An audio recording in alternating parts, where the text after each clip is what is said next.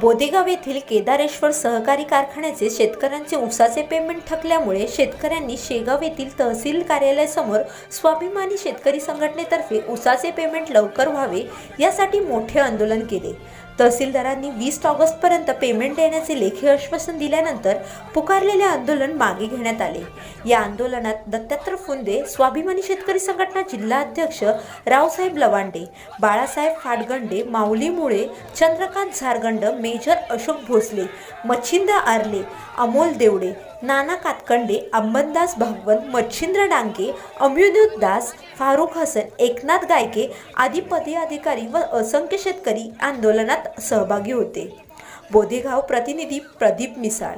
चार हक्के धपले फायनान्स वाला घरी येऊन काही बोलतो, काय बोलत मुलगा 11वीला आहे, बायको आहे तिथं, काही बोलत आहे ते प्रथम फाटण्याच्या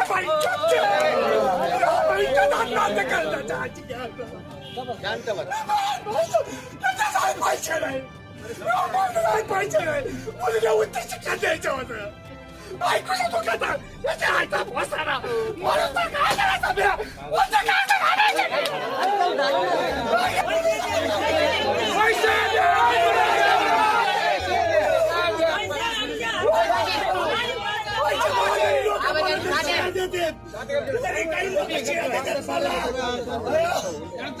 काय जणाला घरी चांगलं बांधलंय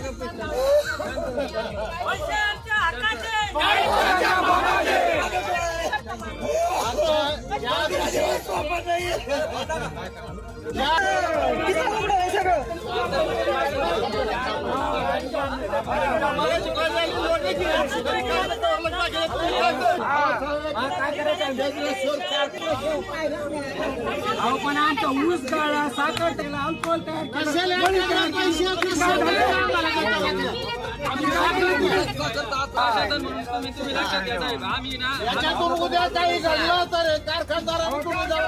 तुम्ही जर आमच्या चॅनलवरती नवीन असाल तर आमच्या चॅनलला लाईक, शेअर व सबस्क्राईब करा। तसंच बेल आयकॉनचं बटन दाबून कमेंट करायला मात्र विसरू नका, कारण बातमी तुमची, साथ आमची। आपल्या हक्काचं चॅनल। धन्यवाद।